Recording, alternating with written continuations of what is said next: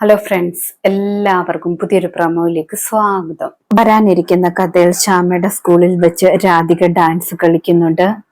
Radhika dance കളിച്ചു കഴിയുമ്പോൾ ശ്യാമയ്ക്ക് ഒരുപാട് സന്തോഷമാകുന്നുണ്ട്, കണ്ണ് നിറയുന്നുണ്ട്. ശ്യാമ രാധികയെ ചേർത്ത് പിടിച്ചിട്ട് പറയുന്നുണ്ട് അമ്മയുടെ കണ്ണ് നിറഞ്ഞെന്നൊക്കെ. ഫിദ മേഡത്തിന്റെ വാക്കുകൾ കേട്ടിട്ട് രാധികയും ഒരുപാട് സന്തോഷിക്കുന്നുണ്ട്. ശേഷം കാണിക്കുന്നത് കണിമംഗലത്തിലേക്ക് പോലീസ് വരികയാണ്. പോലീസ് വന്നിട്ട് വരുണിനോട് പറയുന്നുണ്ട് നിങ്ങൾ എന്റെ കൂടെ വന്നേ പറ്റത്തുള്ളൂ എന്ന്. കൊച്ചച്ഛന്റെയും ഗൗതമിന്റെയും ചതിയിൽപ്പെട്ടത് കൊണ്ട് വരുണിനെ പോലീസ് അറസ്റ്റ് ചെയ്തുകൊണ്ട് പോകുന്നു. വരുണിനെ പോലീസ് അറസ്റ്റ് ചെയ്തുകൊണ്ട് പോയ കാര്യം പ്രിയങ്ക വീട്ടിൽ വിളിച്ചു പറയുന്നുണ്ട്. രാധികയും അറിയുന്നുണ്ട്. രാധിക പൂജാമുറിയിൽ കൃഷ്ണ വിഗ്രഹത്തിന്റെ മുന്നിലിരുന്ന് വരുണിനു വേണ്ടി പ്രാർത്ഥിക്കുകയാണ്.